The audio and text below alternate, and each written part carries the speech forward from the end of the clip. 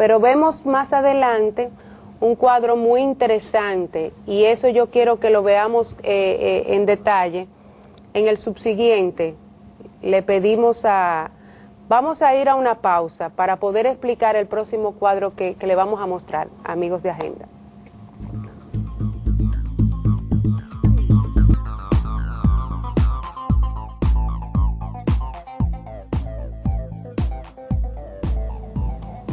Amigos y amigas de Agenda Económica, desde el segmento anterior hemos estado haciendo una serie de precisiones, nos sentimos en el deber de orientarlo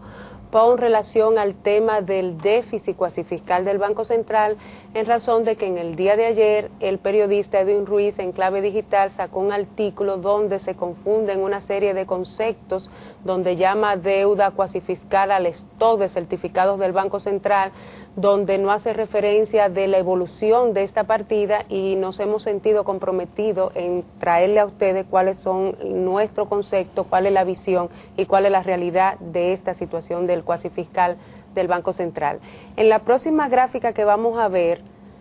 ahí vimos la evolución de cómo desde el 2004, cuando llegó al pico por la crisis financiera, por el manejo, por el pecado original de hacer un salvataje monetizando brutalmente la economía, vemos como del 4% del PIB al 2008 ya estamos en 1.3% del PIB, o sea, cómo se ha venido disminuyendo como resultado de la implementación de una estrategia de varios pilares que ha puesto en marcha la autoridad monetaria para reducir no solamente las tasas de interés de esos certificados abruptamente de un 60% a un promedio que está alrededor del 11%, donde los plazos se han extendido de 10, 30, 40 días a plazo hasta 7 años, donde se ha creado toda una infraestructura de estrategia de venta de los activos y donde se ha elaborado la ley de recapitalización del Banco Central como la solución de largo plazo para esta temática. Pero este cuadro yo me voy a detener, aunque ustedes ven muchos números, no se asusten, y es que si ustedes ven como punto de partida, si tomamos que en el 2004 se cerró con un stock de títulos del Banco Central, que son operaciones de mercado abierto, que es un pasivo monetario como el encaje legal, partimos que se cerró con 101.000 millones, ya por la generación de la emisión autónoma de esa gran situación que se dejó en el 2004. Si usted suma cada año los gastos financieros que se derivan de ya esa emisión que se encontró, ya el problema se inició con esos 89.000 millones al 60%, que generaron 31.000 millones. Si usted suma esos 31.000 millones a los 101.000 millones, el stock en el 2005 debió quedar, si usted quería neutralizar el efecto de la liquidez para no mantener una presión inflacionaria, debió quedar en 133.000 millones, que fue lo que efectivamente el balance del banco quedó. Si usted ve en el 2005, 28.000 millones de gastos financieros, del costo financiero de esos títulos, que es el componente principal del déficit cuasifiscal, el pago de los intereses, y le suma al stock terminado en el 2005, debió quedar el stock en el 2006, en el año subsiguiente, en 161.000 millones y terminó en 157.000 millones, o sea que se dejó más liquidez de lo que se tenía que sacar para neutralizar el efecto. Si ven el 2007, por ejemplo, que los costos financieros fueron 29.000 millones y el stock había terminado en el 2007 en 175.000, ve que el stock debió ser en el 2008 205.000. Sin embargo, como consecuencia de la política de flexibilización de la política monetaria, se dejó más liquidez de la economía de lo que el programa monetario buscaba con neutralizar, y en vez de terminar el Banco Central con 205.000 millones en el 2008, terminó con 182.000 millones. Mire la diferencia. En el 2009, con los 28.000 que se pagaron de intereses en el 2008, ahora a esta fecha, septiembre, el stock debería estar, si se lleva esa regla de oro de usted neutralizar el efecto para mantener la estabilidad de precios, debería estar en 211.000, sin embargo está en 204.000 porque efectivamente se ha flexibilizado la política monetaria y se ha mandado una liquidez para dinamizar el crédito y la actividad económica. Pero yo quería también recalcar, antes de pasarle la palabra a los compañeros y amigos Luis y Henry,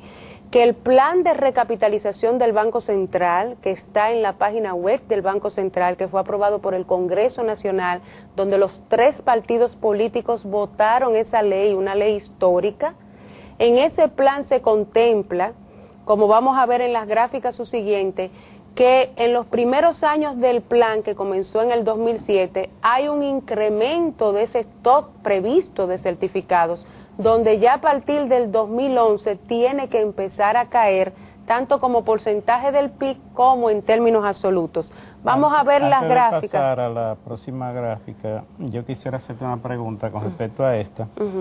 En el stock de títulos, tú tienes en el 2009, comienza con 204.811, 204.811 millones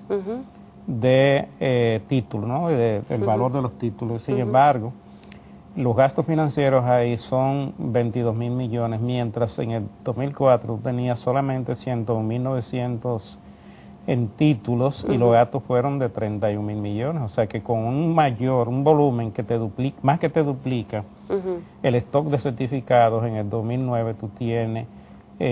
mucho menos pago de intereses. Entonces, por la baja de la tasa de interés. Esa es la ventaja. Sí, es un punto importante. Y el efecto confianza, Luis. De haber aplicado una política monetaria correcta de confianza, donde la tasa de interés cayeron, porque esos 31.000 millones que se pagaron en el 2004 era porque teníamos una tasa de interés que estaba rondando el 60% anual. Ya en el 2009 las tasas de interés, todo el mundo sabe lo bajitas que están,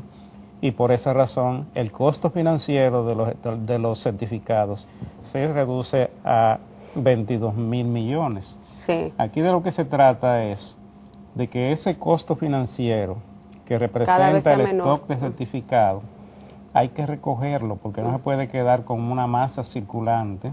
en la economía, porque de lo contrario entonces se te va a convertir en un exceso de liquidez que te va a afectar la tasa de cambio y los precios, en la economía. Entonces, como es responsabilidad de las autoridades monetarias del Banco Central mantener la estabilidad, tienen que emitirse nuevos certificados para recoger el pago, lo que es el costo financiero o el pago de los intereses que se hace a todos los inversionistas que tienen inversiones en el Banco Central. Esto es para mantener más o menos una masa de liquidez en la economía que sea compatible con una estabilidad de precios. Esa es función, responsabilidad de la política monetaria, y así se ha venido haciendo. Para que esos intereses puedan bajar y para que la tasa de interés de cambio se mantenga estable, tiene que aplicarse una política monetaria adecuada, y eso tiene un costo. Y ese costo es precisamente el gasto financiero que se paga por las emisiones de los certificados del Banco Central. Claro, y ese punto para puntualizarlo, porque mira, Luis, diste en la diana, como dice el amigo Rolando Reyes, o sea, para que queden los amigos, o sea, en el 2004, con 101.000 millones, el Banco Central, por las altas tasas y la falta de confianza, pagó prácticamente 34.000 millones. Al 2009, con 204.000 millones,